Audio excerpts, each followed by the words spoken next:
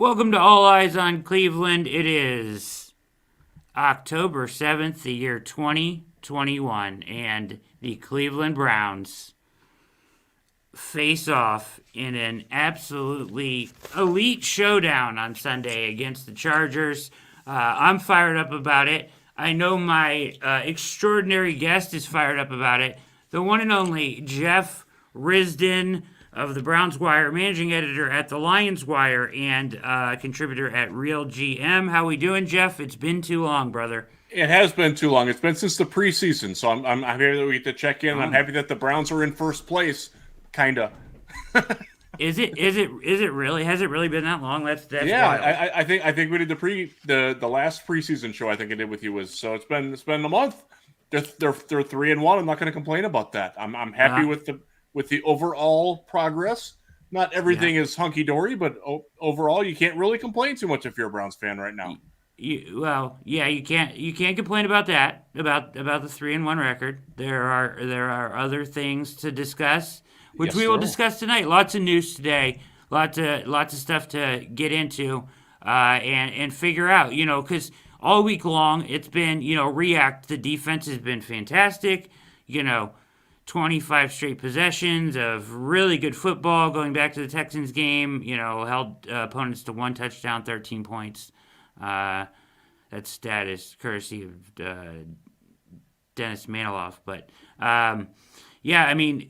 incredible stats out there right now. Their front four has been fantastic. They're getting home with 22 pressures on, Kirk Cousins, 16 of them with just 4 guys. Outstanding stuff. Really good stuff across the board. Secondary's been playing well. John Johnson's found his groove. He's been playing well. Yes. Really good stuff from Delpit, JOK, across the board. All looking good there. And then there's Baker, right? And then there's everything that's going on with Baker Mayfield. And we're going to talk about that. But you wrote a really good article. Thank you. Yeah, and you dove into the film of this game. So we're gonna go through it. But part of it has to do with Baker, and it actually what you wrote, Jeff, turns out to be rather true today, huh? How about that? I wrote that Tuesday morning, and people were like, "Oh, come on, you're full of it," and validation, baby. Yeah. So, and we'll talk about that, and I think you made some really good points in there. But here's tonight's show. Let's bring it up. Beautiful. Browns and AFC Elite Showdown, featuring Jeff Risdon of the Browns Wire. Got Kareem Hunt hurdling the All Eyes on Cleveland sign down there at the bottom. And as he would if we were trying to defend him. As he would. And JOK on there. So that's good stuff. You can get the show where podcasts are found and on YouTube. Of course, hit like, hit subscribe, hit the notification bell, keep coming back, tell a friend. Here we go. 4 takeaways from the Browns versus Vikings game. Let's dive in. From the great Jeff Risdon, October 5th. Clowney was a monster. He was. He is playing as good a football as we've seen him play in multiple years, would you say? It's been a very long time. So, as you know, I used to be the managing editor of the Texans Wire before I took over the Browns. And my last 2 seasons covering the Texans were his last 2 years in Houston. And he was never as good there as he was on Sunday. So I was thoroughly impressed with how he's one of those guys. He's a confidence player. You know how it is in basketball, like when a guy starts getting hot and you just keep feeding him the ball and everything feeds off of that. He's a guy, if he gets success early in a game, you better look out. You better strap it on because he's only going to get stronger as the game goes on. If he finds a success or a way to beat a guy early, and you can see it in the picture, the still that's right there, he figured out really quickly that he could swim over the inside. And then when he would set that up, he had the outside counter move. And man, it was a thing of beauty. That was honestly, it's very tough to outplay Myles Garrett the way Myles Garrett is playing. And Myles Garrett had a phenomenal game of his own, but that was a game that validates why Jadeveon Clowney was so coveted and why Andrew Berry went after him and why he's on the team and what he can do for the team. Because that you and I we talked about Olivier Vernon last year and how he stepped up once Myles was out, but when the two were together, they never clicked at the same time. This was what happens when both guys click and both guys former number 1 overall picks. My God, that was fun to watch. Yeah, and 2 weeks in a row now, you're starting to see he's drawing attention himself. You have to pay. He's forcing opponents. You can't just single him off and say, forget it, right? And concentrate on Garrett. And that's what we wanted, right? Ultimately, That's what we said. And then now you're getting, though, Malik Jackson, who played a hell of a game this game, and Malik McDowell, who has been fantastic for the most part. And you've got all 4 of them just, first couple of games didn't really jump, but now you're starting to see them play off of each other, and you're starting to see the hesitation and one guy coming off another guy's hip and off another guy's rear end and stunts and all sorts of stuff, and it's effective. I mean, just this play here, it's like you see guys turning the other way. Garrett's coming free, Clowney's free. It's like a race to the quarterback the last 2 weeks, right? Oh, absolutely. And your point about them learning how to play with one another and next to one another is so important. And that's what comes from having chemistry and getting reps together. They should be getting better, and they are. That's what you want to see if you're coaching the defense and seeing. I think Joe Woods is getting a better idea of how they also fit together and the combinations that he has. Like the Malik's on the inside, both of those guys are playing better than I expected them to. Now they didn't start that way, but the last couple of weeks, especially Malik Jackson, has really stepped it up in the last couple of weeks. Malik McDowell is always going to give you the energy. He doesn't always have it focused necessarily at the ball, but he's been very effective. And he's a guy. The thing that I love is you got this front 4, and they're taking up all 5 or even 6 blockers, and then that frees JOK to just run to the ball and make plays at the point of attack. Malcolm Smith did a phenomenal job on Sunday of doing the same thing. When you have the speed they have at linebacker, and you got that front 4. That's a devastatingly good front 6. You saw how they bottled up Dalvin Cook. Dalvin Cook's a really talented running back. They didn't have any trouble at all with him. That's not something that you can count on, but it is also something that, they got that, man. They can do that. No doubt. There's no question. And it's working out well. And that's fantastic to see. And that's all the difference, and all of a sudden the secondary looks good because the front 4 is getting home and you've got Delpit healthy, and JOK is just a maniac out there. He plays so fast to the ball. It's incredible. I think he has kind of changed this defense himself. Just you're noticing that they're playing better the more snaps he's getting every game, and I don't think that's a coincidence either.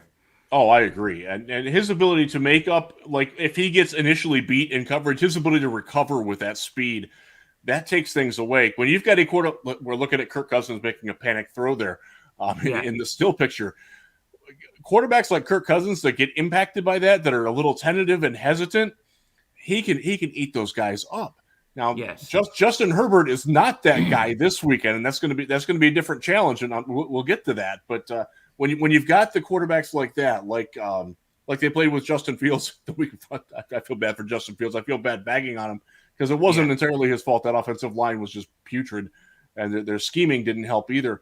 But when you know that you can get in that quarterback's head like that, and he's thinking, when he's in a situation like that, he's like, oh crap, I can't throw it there because JOK might undercut the route or something like that, or I see him running back and he might be in position.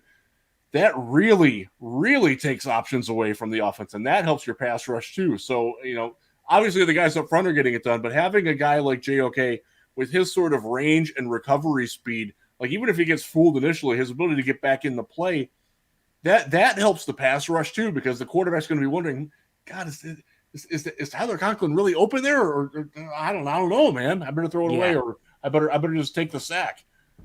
Absolutely. So great stuff there. I mean, you can't say enough about this defense. We're going to skip over this for the moment. Okay, we'll come back to that. Put a note on that on Baker. No Greg Newsome, no problem, you wrote. And you got to feel good for Greedy Williams, a guy, it's come out now pretty widely renowned. I had Nate Ulrich on the show, and he was the first one that told me kind of about behind the scenes that he had gone to Prefer and that he had, kind of kept his head up the whole time when he lost the job and said, just let me find a way to contribute. He's been all positive the whole time because he knows, he's seen it every year. You're going to get your shot when you're cornerback in the NFL. Absolutely. You can never have too many cornerbacks. I'll look at the other team that I cover right now. The Lions are on their number 5 and number 6 outside corners, and they're starting. And one is an undrafted rookie, and the other one's a safety who was an undrafted rookie last year. That's what happens in the NFL.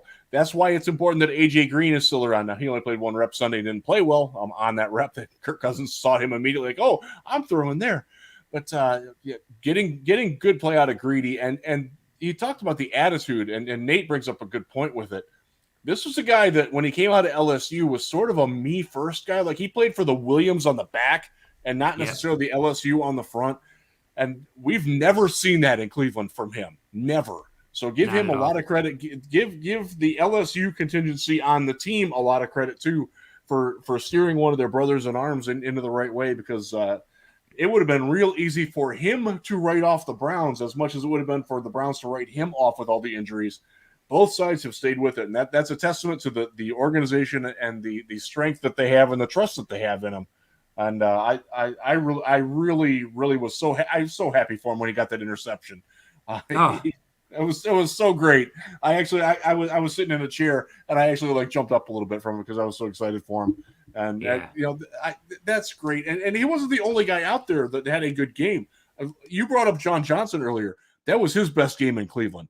It finally felt like he realized, okay, I'm seeing the field and I'm seeing like okay, Denzel is good over here on this route, but on this route I might need to go help him. He's learning what the guys in front and around him do well and don't do well and where he can best fit in. And I think you saw a jump in that in the second half of the Bears game, which was more like a duck shoot, but especially in Minnesota, it really felt like he was back in the command that you saw from Los Angeles, and why they targeted him and why they felt like he would be such a good fit. You saw that Sunday. Yeah, there's a great clip of you can only see it from the All-22, but of Garrett getting home on a sack and him just jumping up in the air in the background, like so fired up in the Minnesota game. John Johnson, awesome coming along, and our guy Troy Hill here at All Eyes on Cleveland, we love him. He's our show favorite. Hang on here. They're All Eyes on Cleveland. We here, yeah. Native son, baby. Yeah, there he is. Yeah, so he is playing great. He's playing fantastic. He's all He over the is. place. He is. I noticed. I noticed that I didn't notice him, which is the best compliment you can pay to a slot corner. Yeah, yeah. And how about Greedy? What do you have? 6 tackles. So, any concern about the nerve or him playing scared? Not at all. He came up and played the run game pretty well. And on the last or the second to last Vikings drive, he made a huge tackle on third down that prevented that fourth down. And that was a play where he led with the shoulder that had been injured. Now, it wasn't a very good tackle attempt, but it did in fact end the play. So props to him. I'd still like to see his tackling improve. There's always room for improvement. But yeah, he didn't have a problem going after it, and that makes me happy. So this picture has brought up another question for me, just in looking at it. This is Richie LeCount right here. Yes, it is. Where the hell has he been? Has he even been dressing? He was inactive this past game. They don't necessarily need him, although he is dressed there, so he must have been active for the game. I didn't do the inactives this week. Jared Mueller did that for Brownswire, so I missed out on that. But yeah, I haven't seen him. I don't remember him playing, and just thinking a quick perusal of the snap counts, I don't think he got in the game. This is on the sideline. So this picture was taken on the sideline after Greedy got the interception. You better believe he kept the ball. Yeah, no doubt. Look at that, Grant. That's his first interception in the NFL. Awesome for him. We got to feel good for him. A guy who stays with it, even though they went first round and drafted above him. He lost his job kind of due to injury, but went out and played a heck of a game, and they're going to need him again on Sunday for sure. Yep, Greg Newsome's out this Sunday, so they're going to rely on him once again. All right, so you got quick hits in this article. There's a bunch of them here. What a great picture. These pictures are great. There's another one where Miles actually has their fullback, Darvin Ham, and he's like lifted him off the ground. I didn't use it there because I like making fun of Kirk Cousins because I live in Holland, Michigan, which is the home of Kirk Cousins. He goes to a rival school of my son's school. So anytime that we can back on Kirk Cousins, we do in this house. That's fantastic. That's good stuff then. Then you guys had a great week. Yeah, Kirk. To be fair, Kirk is a very nice man. He's and I've played basketball with his brother before. The good family, good people, but it's easy to root against him too. Yeah, it is. Yeah, for sure. One of the highest earners in the league. One of those guys that. God bless him for recalibrating the salary structure and for abusing the franchise tag for what it's designed for. God bless him for that. Yeah, he did good there. All right. JOK, we talked about, might be the fastest player on the defense. My goodness, he can fly points A to B. Having said that, he does not anticipate blockers well in this one. Again, there's always room for improvement, and for sure. But the things that we saw from him, my God, that was a fun watch, man. The all-22, seeing him and how fast he can accelerate from where he starts to where the point of the attack is. That there's not many linebackers in the NFL that can do that at all.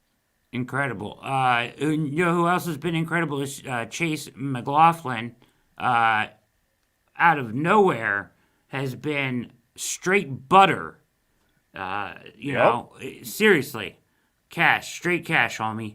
Absolutely. There was no doubt on either of his field goals from 48, 53, the week before, 56, and they've all been big. They have been. And one of the reasons that they've been big is because they're going for it and failing on fourth down a lot. Hopefully they're learning that maybe we should let this guy kick and get the 3 instead of risking the 7, because the fourth down offense, even when Baker was healthy, has been rotten. That's been like the worst part of the entire team. Yeah. Kick more field goals. Come on. I'm going to go down. Yeah, seriously. Well, I get Stefanski's idea, like in the this game, and he kind of says, I judge it.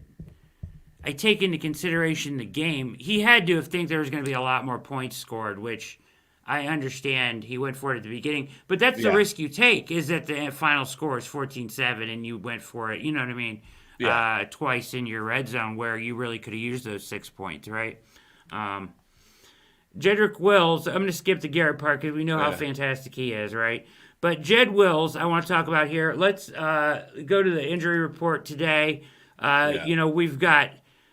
there's a lot of names on there. There's so many names on here, it's crazy. But the good news is that, Garrett, not injury limit. Troy Hill was back. Malik Jackson, not really injured, just rest. McKinley, I don't know what's going on with him. We know that Newsom's out. Njoku will probably play. Malcolm Smith will probably play. Treader will probably play. Denzel Ward, limited today, will probably play. Clowney sounds like he'll play. Beckham's going to play.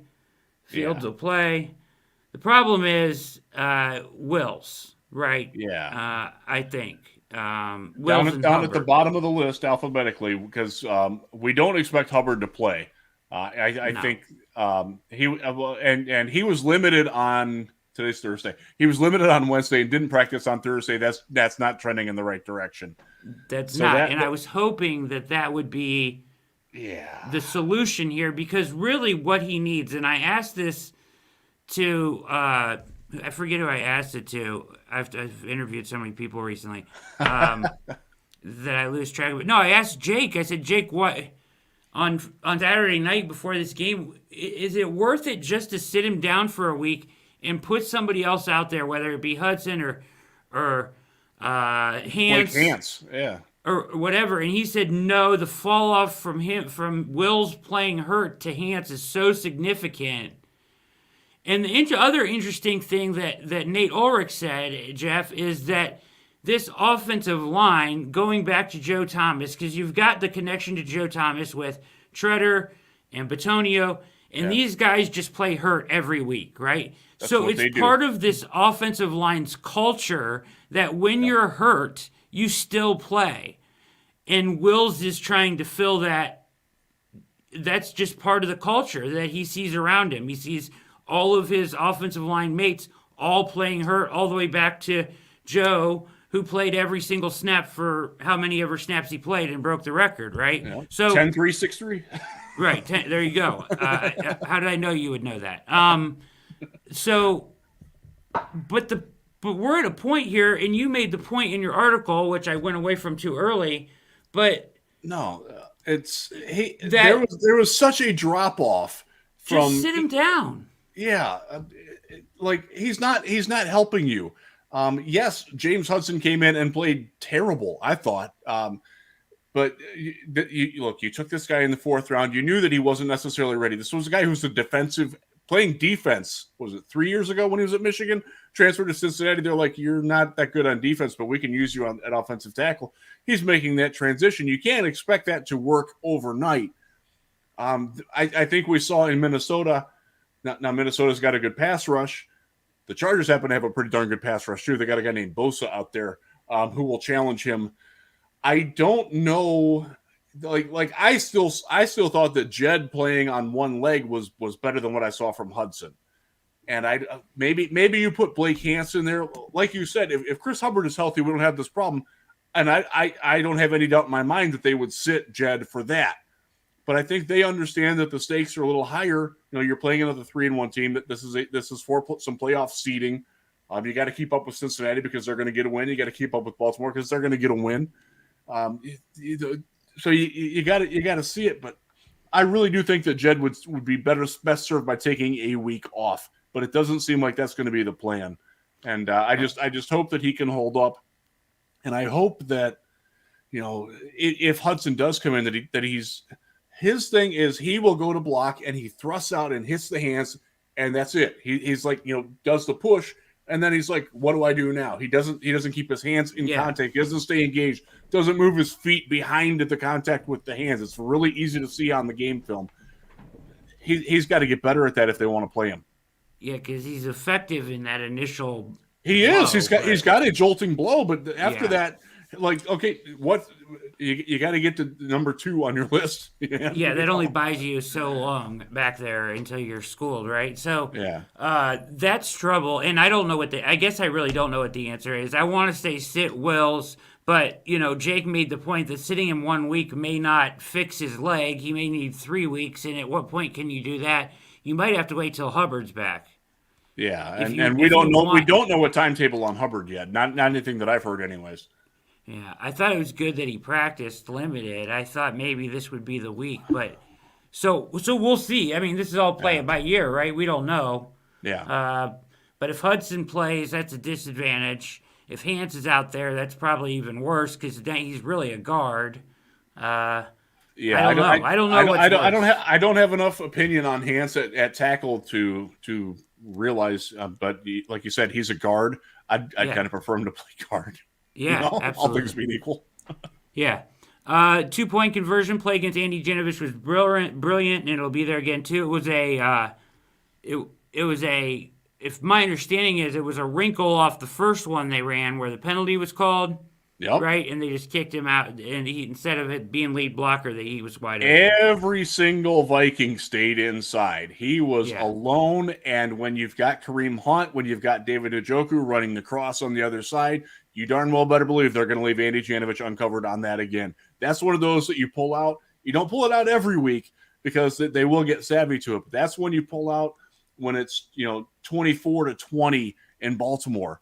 And you want to get up 6 or something like that, or it's 27 and you want to get to 28, so they have to do that. That's the time for that play because that's going to be there against them too.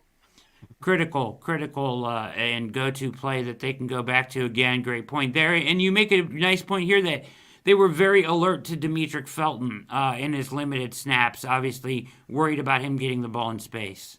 Definitely, and you could see it. That you could see it, especially from the all-22. Like they're pointing at 25. You can't hear it obviously because they don't have the audio recording, but you can see them like, okay, who's got 25? And they made a very concerted effort to shut him down. I believe he played 6 snaps and got two. I don't think he carried the ball. I think he got 2 targets, and they were very quick to snuff those out. So that's something.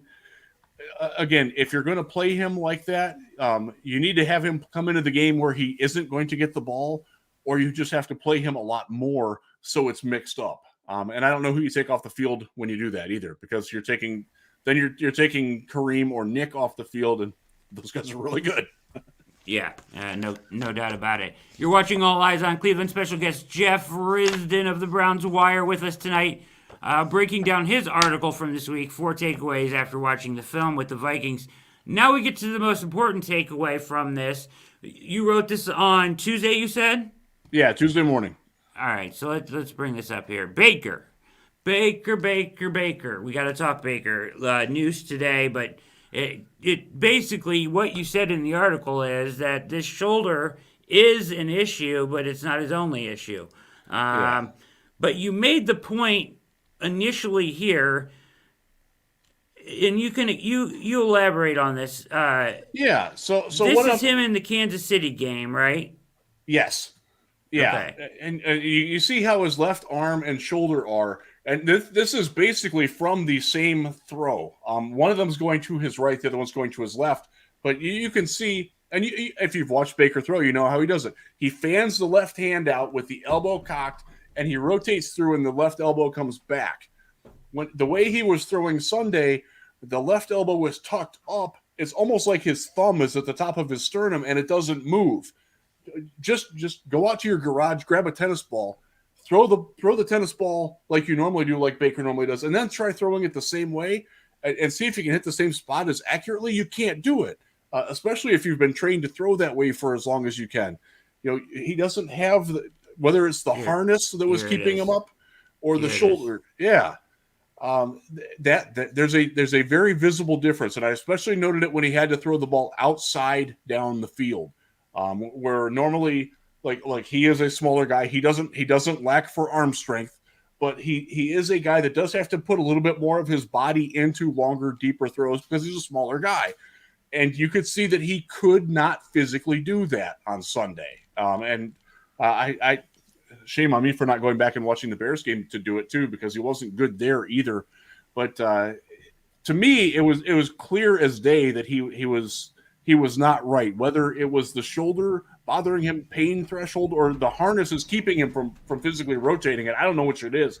based on what we heard today, it sounds like it's probably more of the shoulder itself than the harness, although the harness might be helping too. Yeah, they said something about the harness or whatever, but it's got to be the harness. You wouldn't have the harness there if you didn't need it for the shoulder. I mean, one right. You don't just wear a harness as a prophylactic. You wear it because you're hurt.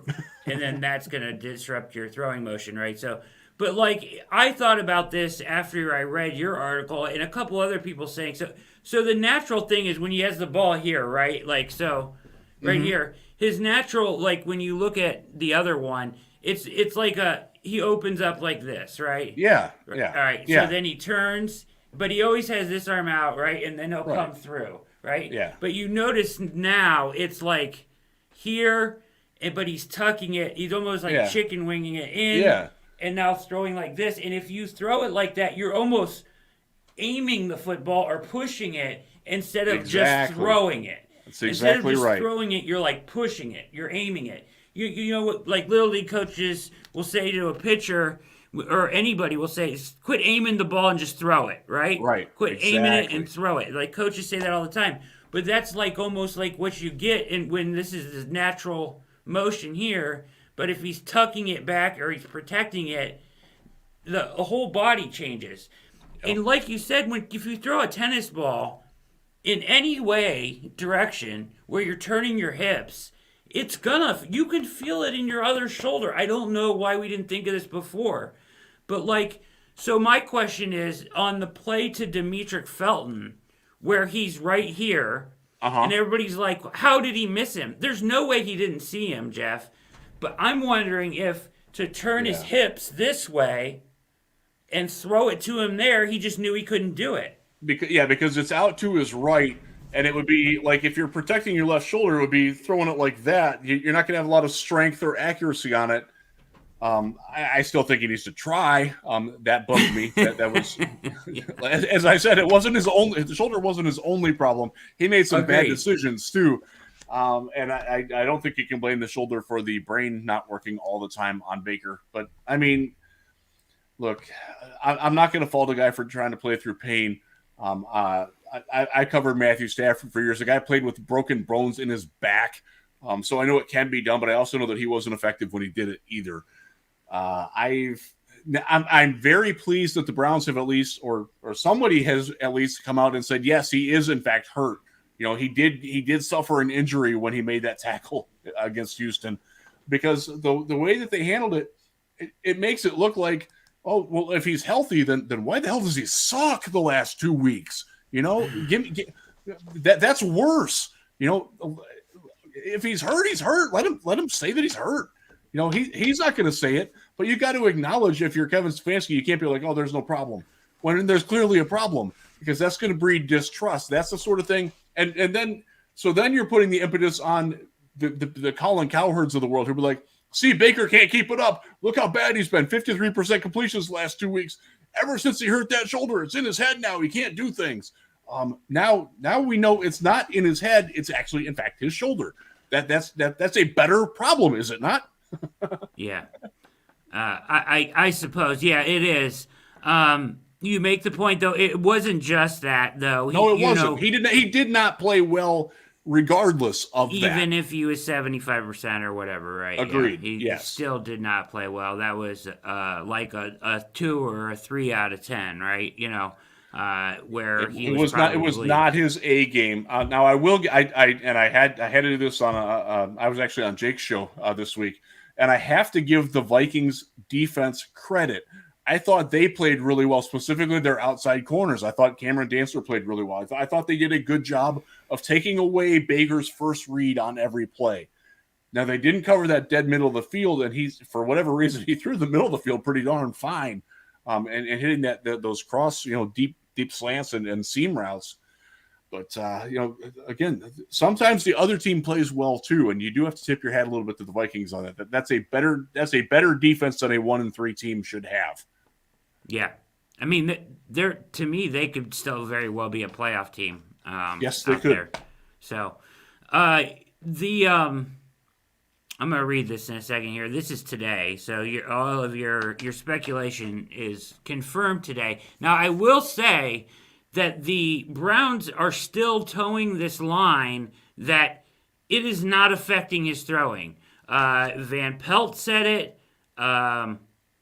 Stefanski has said it, and Baker is all of them are saying the same thing. It is not affecting his throwing at all. Whatever. Browns QB Baker Mayfield has been wearing a shoulder harness to play, suffered a partially torn labrum in his left shoulder on September 19th versus the Texans, sources say. No surgery needed as of now. He was listed on the report after the injury and hasn't missed a practice snap. Okay? Couple things stem off of this comment today. From Beckham, this is really interesting. Toughness, you would expect that from him. Odell Beckham Jr. on Baker Mayfield playing through the torn labrum in the left shoulder, right? But then they asked him about it. This is really interesting, right? I've had this since college. Odell Beckham Jr. on the torn labrum in his left shoulder, saying that he's had it for 10 years. He's had a torn labrum in his shoulder for 10 years, he said, Jeff. And maybe that's why he doesn't block. What is that? What is that about? I don't know. This is why Odell is a fascinating character. This is why the New York media had so much fun with him, because he's going to say things that it might be true. It also might be just in his head. He's just making it up to make Baker look better. I don't really know. I don't think anybody really knows, and that's part of the fun of OBJ. Odd thing to come out. But even further on that topic, if I have it here, okay, that was on Wills. All right. I'll get to that, but I believe I don't have it here, but this conversation's making my shoulder hurt, Brad. Yeah, seriously. the Van Pelt came out and said that he had that injury when he played, had surgery on one, and then the other one he never had surgery on because he retired. So he has played with the same injury and commented on it today, but said it is not still, even though he had surgery on it, maintained that it's not affecting Mayfield's throwing motion. Now, here's why I will say this, to your point that that's not the only problem. You watch the film, he's missing lots of wide open receivers.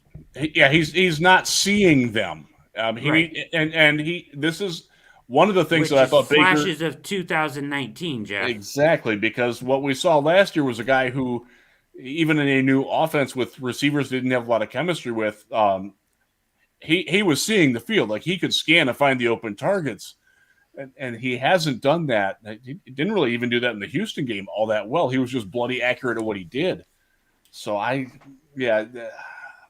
not pushing the panic button on Baker, but if this team wants to win multiple playoff games in a season, and they can, he's got to see the field a little bit better, because the openings are there, because that's one of the reasons why you have all those stinking weapons.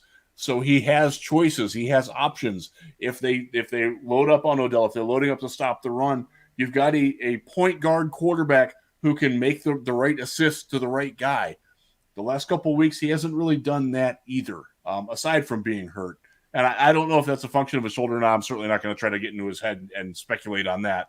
But it's a little concerning, and that's something that I hope that Kevin Stefanski and Alex Van Pelt are working with him on. It is concerning. It's very concerning. PFF scores, okay? I have to bring it up while they're on the screen. With Beckham on the field, Baker Mayfield, 68.7.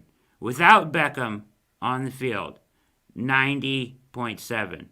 And the sample size, Jeff, is only getting bigger. It is. Yeah. Is it real or not? Did you see? Let me ask you. I'll just break it down to one game. Yeah. I know it seems some people will laugh this off and say this is ridiculous, but I have maintained since early last year that it is not a non-factor. There are layers to this, and mentally he affects him. Did you see him force the ball to Beckham on Sunday? Only once, and Okay. it was actually a play that they completed. I think he was 2 for 7 targeting him. I do think that in general, look, you've got Odell Beckham on the field. You obviously want to use your premier weapons. Why don't you? Especially when Jarvis Landry's out. I mean, nothing against the other guys, nothing against Hollywood or Donovan Peoples-Jones or Anthony Schwartz or anything like that. But they're not Odell Beckham. They don't have that sort of pedigree. And I understand he is the best playmaker on the offense at receiver. You want to get that involved, but you can't force it. And I do wonder if he lingers a little bit too long, thinking, okay, do I have Odell here? All right, well, maybe I don't. Maybe I should go somewhere else.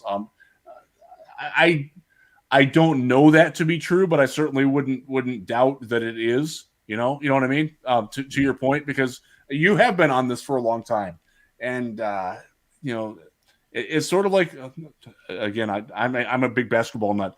It's sort of like when you've got Carmelo Anthony on the team, and he hasn't gotten the ball for like 5 possessions in a row on your offense, and you scored maybe 1 bucket. Like, just give the ball to Melo and let him go to work, man. And I wonder if there's some of that going on with this offense. Odell will never say it. Baker will never say it. But, to your point, maybe there's just something that's like subconscious there. That like, oh man, I gotta keep the big dog fed, man.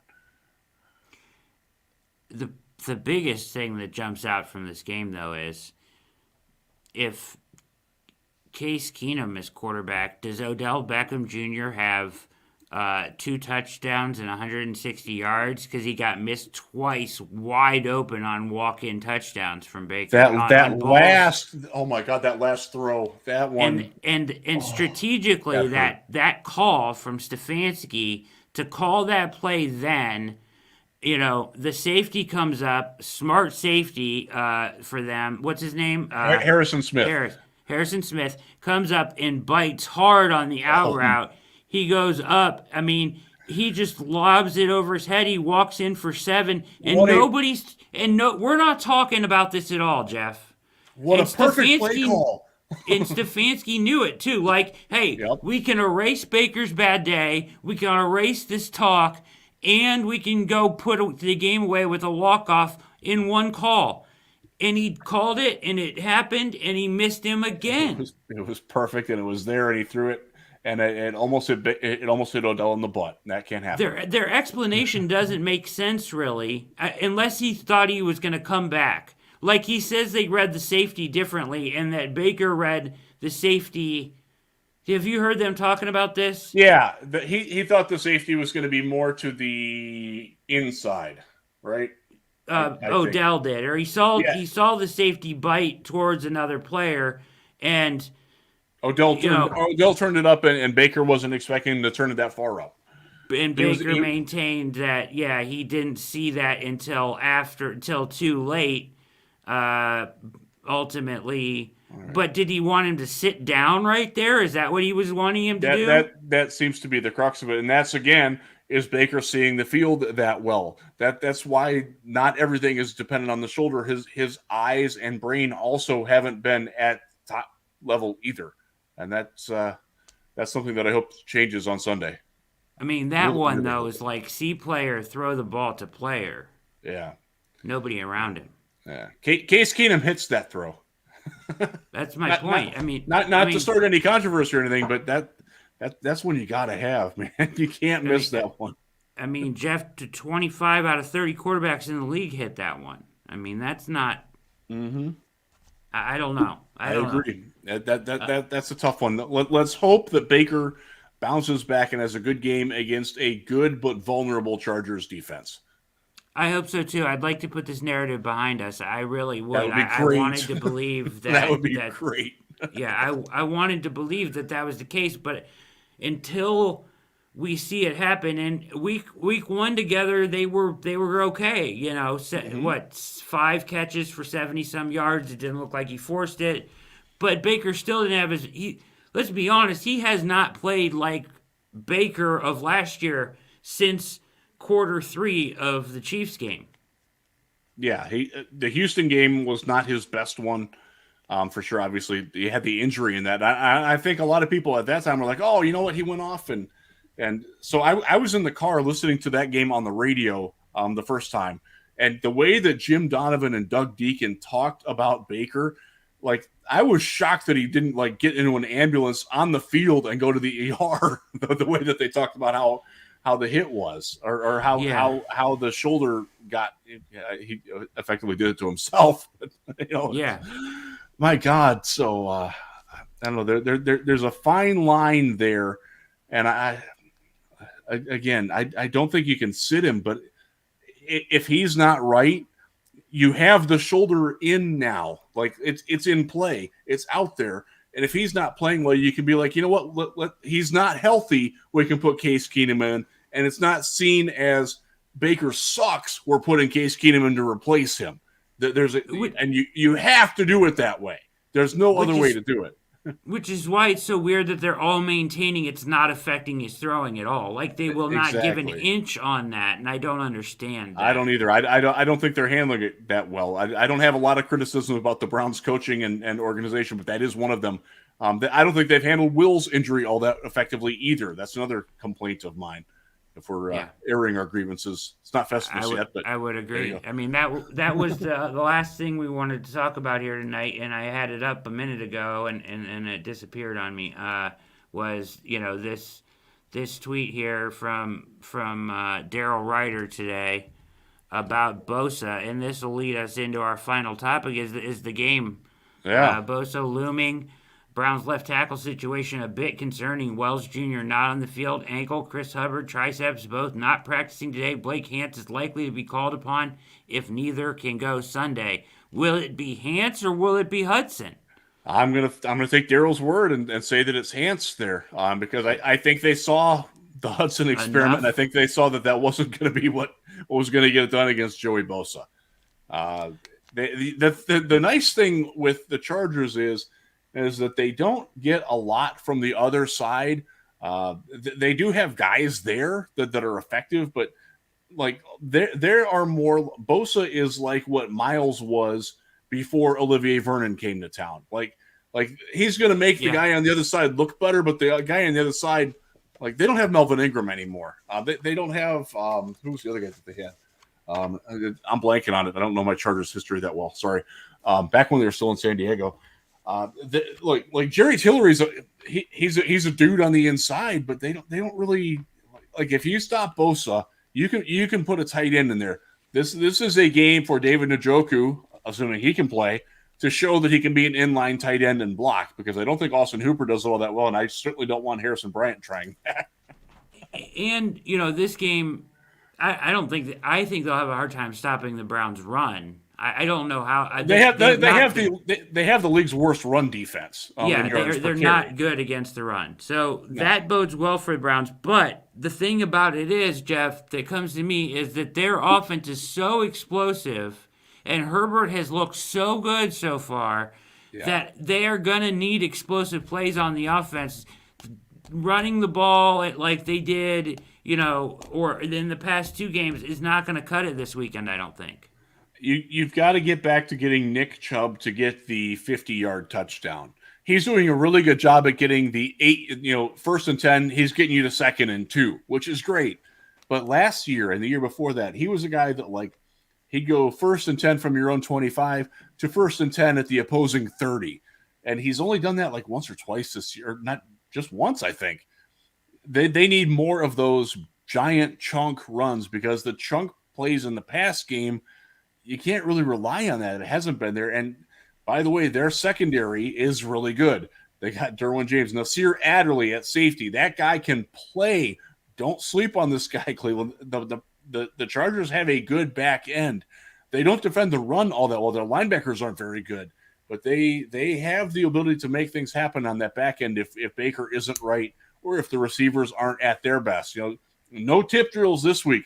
If you're not catching that ball, hit that ball down. Don't hit it up, because it's going back the other way then. Yeah. I really, really hope we can get a Baker bounce back game, because I honestly think they may need it to win this one. This team is hot right now. This is a hot Chargers team. Their offense is hot.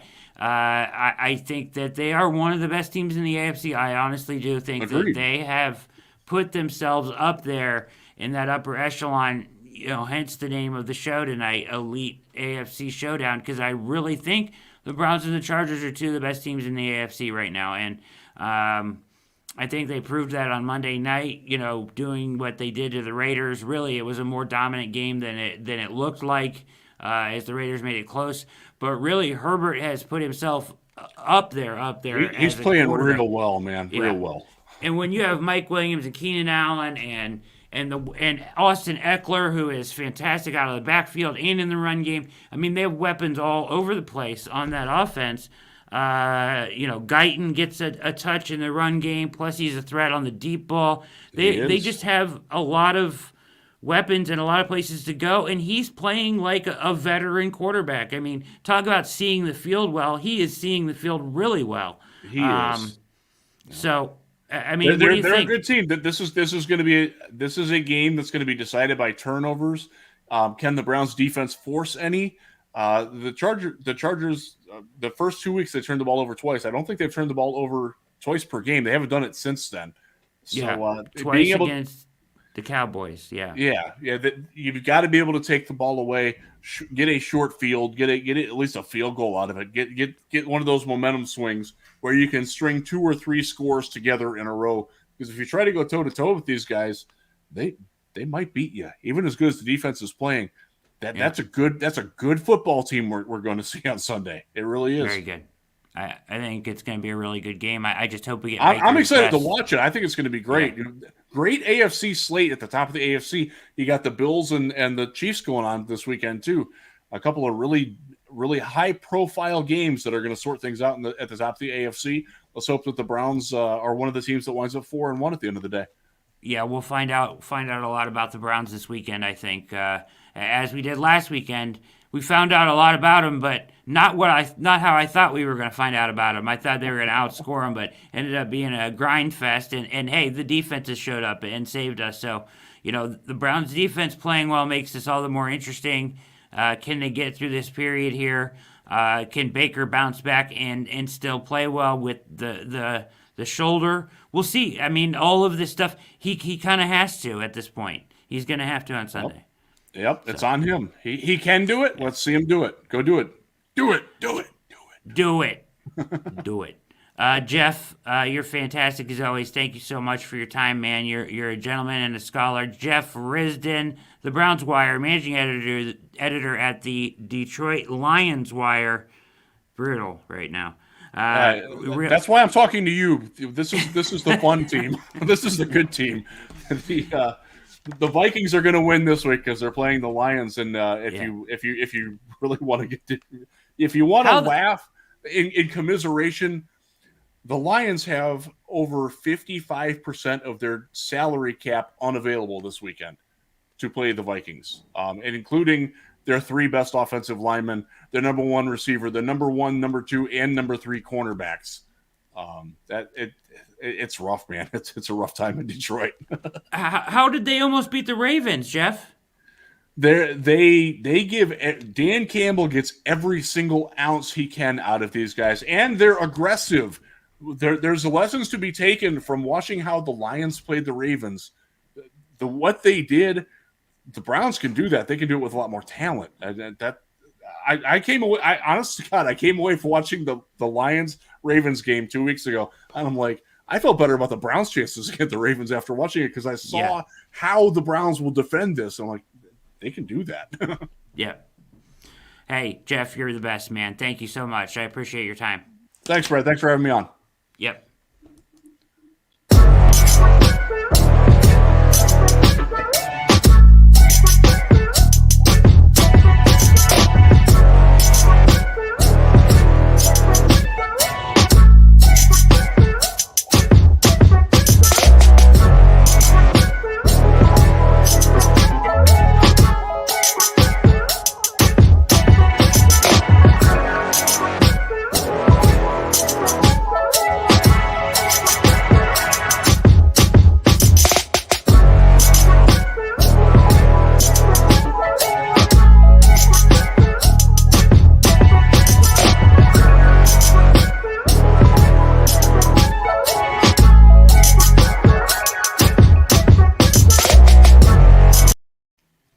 And we're back. Big thanks to Jeff Risdon of the Browns Wire. You can watch this show back at the Browns Wire. It'll get published there tomorrow morning.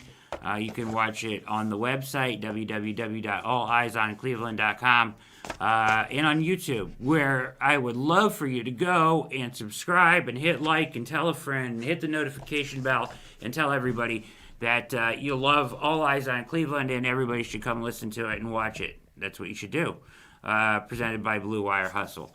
This game is a huge one. It's an elite game. Two top teams in the AFC. Chargers are for real. The Browns are for real. Going to need Baker to play better. No question about it. I think he bounces back in this one. I think that he'll cut out a good game in this one. And they're going to need Odell too. But that narrative remains until they can prove it wrong. And it's not Odell's fault. And it might not even be so much Baker's fault at this point, but it's just there. It's just there. And the more that it remains there, the more people are going to talk about it, the more it's going to stay in his head. There's layers to it. It's not as simple as Odell's a great player, he's on the field, they're better. It's not that simple. It's not that simple. There's so much of the game is mental, it's just not that simple. I want to say thank you to members of All Eyes on Cleveland. Our most recent members, Robert Schallner and Nick Farmer. You can become a member if you support the work we do here at All Eyes on Cleveland by going to the link in the description below for Patreon. Become a member of Patreon, just $3 a month. You can go to our website, www.alliesOnCleveland.com, and become a member there. Just click Become a Member. You can also view all of our shows on YouTube, on the website, listen to it in podcast form on any of the podcast forms that you listen to your podcasts on there as well. All of that is available to you at www.alliesOnCleveland.com, or just go to the link in the description below. Great stuff from Jeff tonight. Great coverage of the Vikings game. This is a huge one, guys. This is an absolutely huge one. This is a huge test. We all watched the Chargers play on Monday night. They are impressive. Very, very impressive team. The Browns are super impressive too. But I don't think playing defense and running the ball is going to cut it this weekend the way that Herbert's playing.